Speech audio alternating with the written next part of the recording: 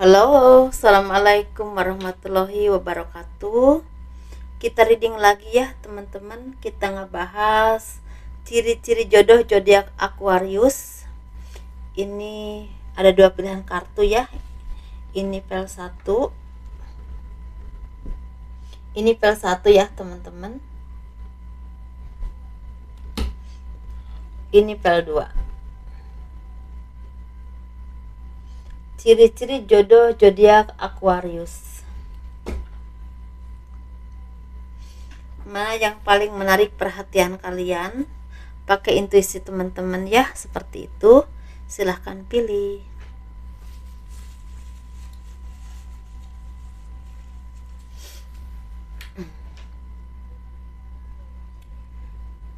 Dan ini energi general teman-teman ya, pasti tidak akan resonate untuk semua orang, dan tingkat keresonatannya juga tidak akan 100%, jadi sesuaikan saja. Dan libatkan Tuhan dalam hal apapun ya, entah tindakan kita, harapan kita ya, menurut kepercayaan kalian masing-masing tentunya. Dan seperti biasa teman-teman, saya akan selalu menawarkan produk-produk saya. Ini liontin teman-teman ya, liontin, dan juga ada cincin seperti ini.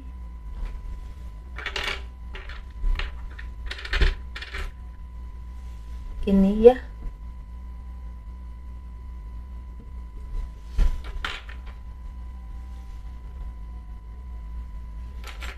dan gelang energi. Dan ini manfaatnya untuk kelancaran pekerjaan ya, rezeki, agar disenangi oleh banyak orang, dan juga membersihkan aura negatif. Ini harganya 200.000 ya. Dan ini madu karomah, ini untuk ruqyah, untuk membantu menyembuhkan penyakit medis ataupun non medis dan kelancaran pekerjaan. Ini harganya 90.000. Dan ini minyak wangi aura, ini 30 ml isinya ya, harganya 85.000. Dan ini isinya 50 ml, harganya 130.000. Dan bagi teman-teman yang berkenan untuk memiliki produk-produk saya, silahkan hubungi saya via WhatsApp. Ini WhatsAppnya. Kalau cincin, gelang, lipstick, bedak, itu bisa dikirim ke luar negeri ya teman-teman, bisa dikirim ke luar negeri.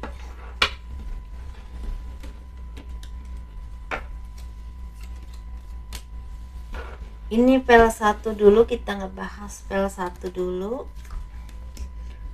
Dan bagi kalian yang mau personal reading, mau konsultasi ya, pembahasan garis tangan, silahkan hubungi saya via WhatsApp. Garis tangan itu seperti menjabarkan garis besar kehidupan kalian sampai akhir hayat, dan itu biayanya sekitar 100.000 secara garis besar saja.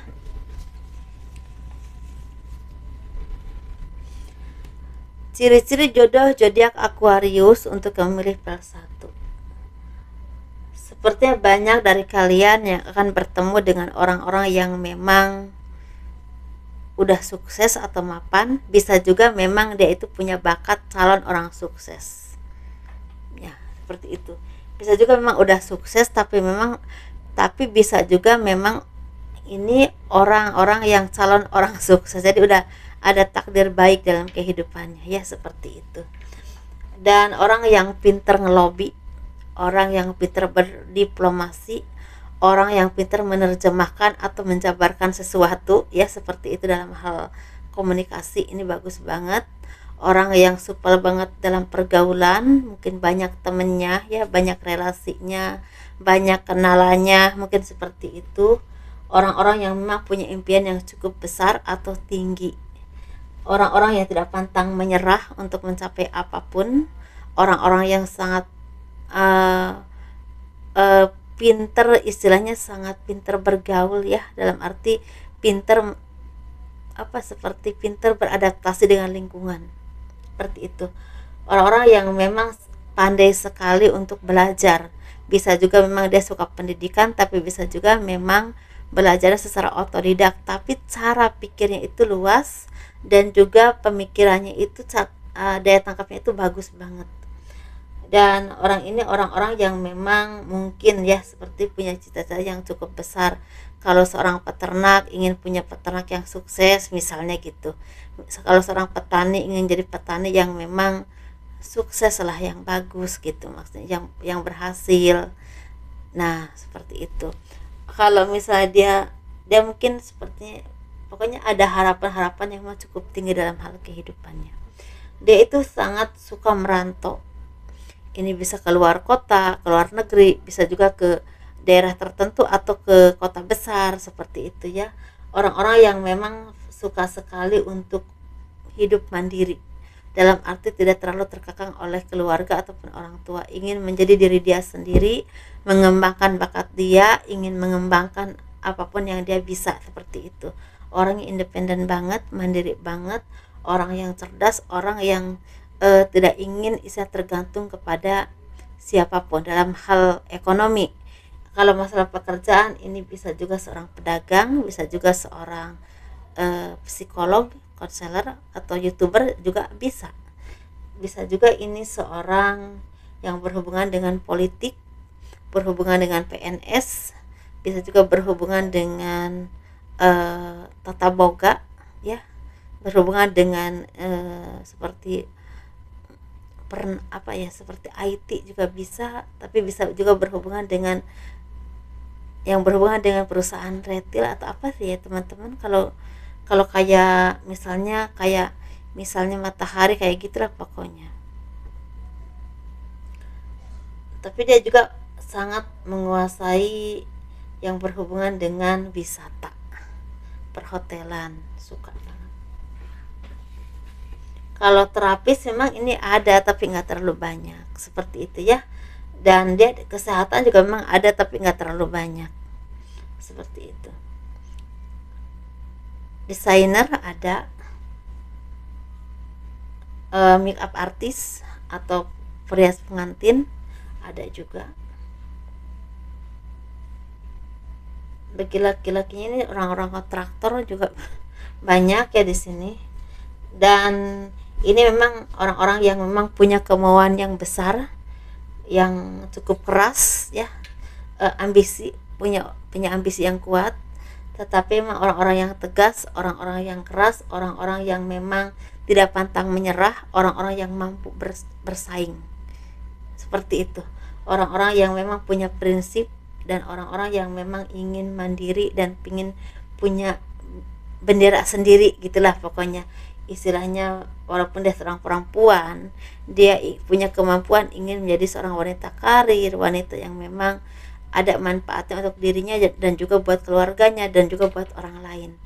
Secara ekonomi juga tidak tergantung, ingin mandiri gitulah pokoknya teman-teman. Orang ini ada yang memang ya cantik, ganteng ya, tapi intinya kalau masalah cantik ganteng itu relatif kalau menurut saya ya. Lebih ke apa ya, lebih ke bersih, orangnya itu pinter pinter merawat diri. Kalau seorang laki-laki ya laki-laki yang bersih, yang luas gitu ya, yang memang terawat. Kalau perempuan ya memang perempuan yang pintar ngerawat diri, misalnya rapi, bersih, atau mungkin ada juga yang sering mungkin ke spa, mungkin seperti itu. Orang-orang yang memang pembawaannya tuh luas dan kelihatan tatapannya itu cerah banget karena dia punya harapan-harapan yang besar dan diiringi dengan kecerdasan dan juga kemampuannya, seperti itu ya teman-teman. Kalau masalah pekerjaan sesuaikan saja karena ini memang ranahnya banyak, tetapi memang orangnya karakternya seperti itu. Dan kalau kalian menikah ya, bersama, hidup bersama dengan punya pasangan ini, dengan pasangan ini, memang banyak sekali di antara kalian ini awal-awal ya, awal-awal 1, 2, 3 bahkan 4 tahun ini sering sekali ada salah paham, beda pendapat, beda prinsip, beda pandangan, ada beda beda ya, kebiasaan juga ada. Tetapi kalau kalian bisa saling melengkapi, bisa saling mengayomi, bisa saling mengerti atau menghargai, ini bisa terjalin hubungan yang lebih harmonis, bahkan seperti hubungan yang mapan ya, mapan. mapan atau mau saling berjuang dalam menjalani kehidupan, atau bisa saling dukung, bisa juga istilahnya bisa saling memberikan masukan ketika ya bisa diajak ngobrol gitu, tukar pendapat. Jadi bisa ngasih pendapat kepada kalian, begitu juga kalian kepada dia, bisa saling mengisi intinya teman-teman. Tetapi memang di sini kekurangannya itu sama-sama sibuk. Jadi kalaupun punya anak ini, kebanyakan mungkin anak ini hidup dengan bisa mbak ya di rumah gitu, suster atau apapun itu. Tapi kan kalau udah dewasa kan butuh kasih sayang, itu yang kadang-kadang agak kurang positifnya di situ. Jadi kurang waktu untuk anak, sehingga kadang-kadang anak itu menjelma menjadi sosok yang cukup keras ya, cukup keras, dan kadang-kadang nggak terkontrol secara pergaulan ataupun pemikiran dia, karena memang kurang kasih sayang. Jadi kebanyakan yang dicukupi itu uang, mungkin seperti itu ya teman-teman. Jadi intinya, dan ini kalian ini ada juga yang seorang pengusaha tapi cukup sukses. Kalaupun petani juga cukup sukses menurut saya. Ini memang orang-orang yang punya ambisi kuat dan ingin hidup. Memang ada ini apa ya, seperti ada, memang ada, udah ada takdir hoki juga dari yang kuasa, ditakdirkan untuk punya rezeki yang banyak seperti itu. Kalau punya anak ini antara 1, 2 atau 3, memang ada yang 4, tapi ya memang ada yang meninggal lebih dulu sih, entah keguguran, entah memang meninggal lebih dulu ya, seperti itu. Jadi intinya ini PR-nya ini buat pasangan ini ya, luangkan waktu untuk anak, dan juga didik dengan baik, bukan cuma secara pendidikan formal ya atau sekolah, tapi secara attitude dan juga secara keagamaan, karena itu akan membentuk dia menjadi orang yang memang suatu saat bermanfaat buat dirinya, buat keluarga ya, dan juga buat orang lain pastinya. Dan yang pasti mungkin jadi anak yang sayang sama orang tua gitu teman-teman.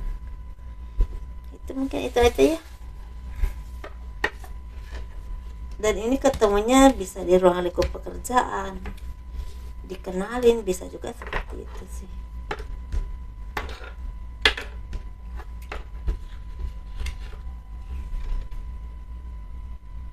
Tapi ini untuk yang memilih PL1 ini, memang ada yang ketemunya itu di saat sama-sama lajang ya, seperti itu, sama-sama masih muda gitu kan. Tetapi ada juga yang memang pernah merasakan gagalnya rumah tangga ya, seperti itu, salah satunya atau dua-duanya. Jadi sesuaikan saja. Ini kita yang milih PL2, ciri-ciri jodoh zodiak Aquarius untuk yang memilih PL2 ya.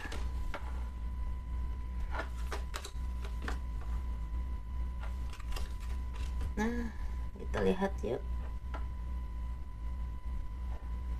Ciri-ciri jodoh zodiak Aquarius untuk yang milih PL2. Sepertinya banyak dari kalian yang akan menikah dengan orang yang memang kondisinya belum stabil. Ini belum stabil ini mungkin karena ngalamin kebangkrutan, atau kena PHK, atau ada utang piutang, atau ada kegagalan dalam kehidupan dia, atau bisa juga nggak stabil itu secara jiwa. Mungkin orangnya orang yang mudah terpengaruh, orang yang nggak punya pendirian yang kuat, orang yang mudah terombang-ambing oleh keadaan, mungkin seperti itu ya teman-teman. Orang yang memang istilahnya labil seperti itu. Dan orang ini orang yang memang istilahnya ada yang masih berproses ya dalam hal kehidupannya. Jadi masih banyak cobaan hidup, masih banyak kekecewaan, kegagalan atau hal apapun itu dalam kehidupan dia, dalam mungkin secara pekerjaan juga belum begitu mapan, atau masih pindah sini pindah situ ya, seperti itu.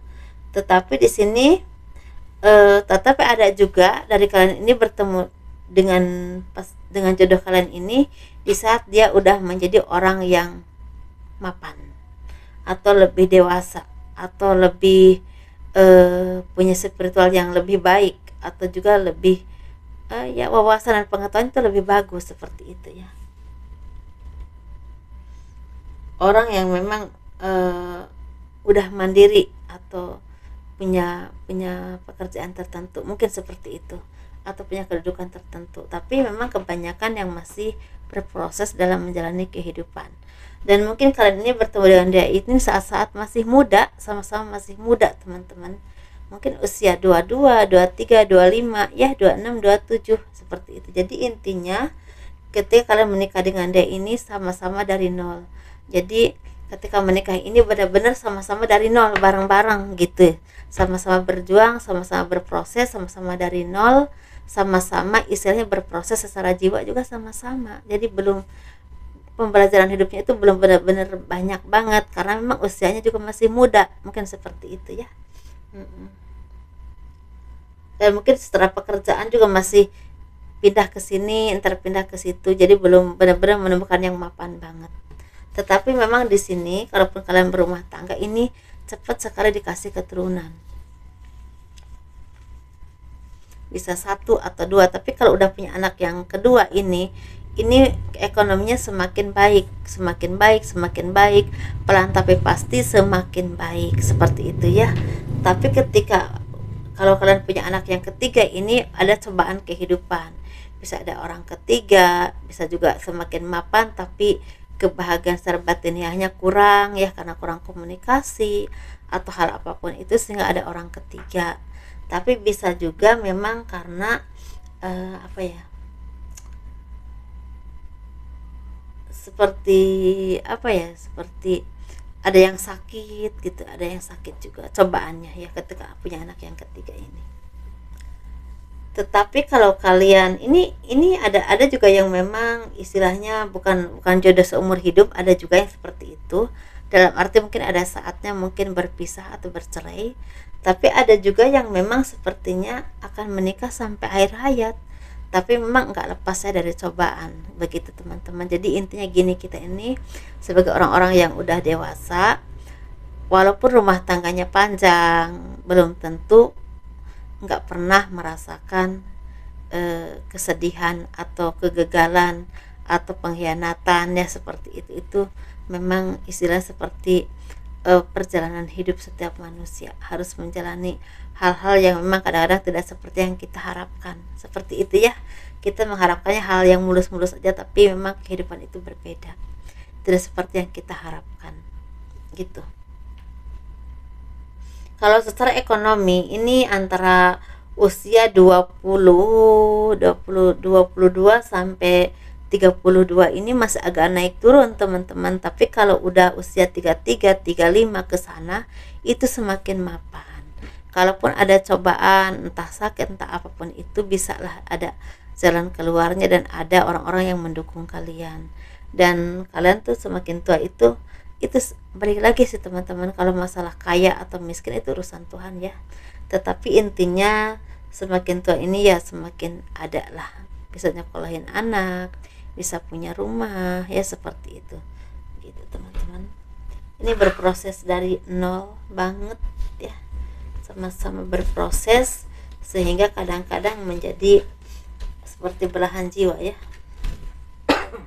Tapi ada juga yang memang berjodoh tapi bukan untuk seumur hidup. Jadi kalau ada yang bertanya, kalau misalnya berjodoh tapi cerai, itu emang jodoh tapi memang bukan untuk seumur hidup gitu.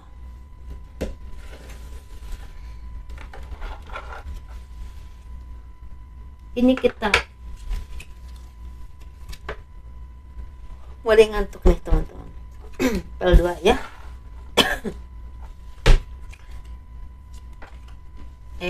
Tuh kan, ini udah jam 12 lebih sedikit, udah waktunya istirahat, jadi udah mulai ngantuk. Nah, kita satu kali lagi. Ciri-ciri jodoh zodiak Aquarius untuk memilih pel 2.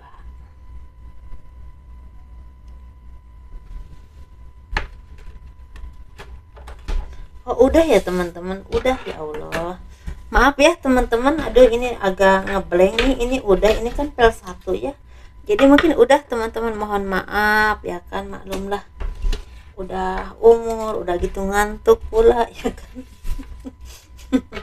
Udah itu teman-teman, kurang lebihnya mohon dimaafkan ya, dan semoga ini bermanfaat jadi arahan buat kalian, tetapi tetap kembalikan kepada Tuhan ya, seperti itu.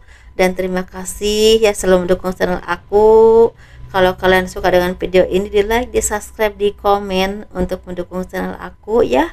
Assalamualaikum warahmatullahi wabarakatuh. Sukses terus, bahagia terus ya. Dadah.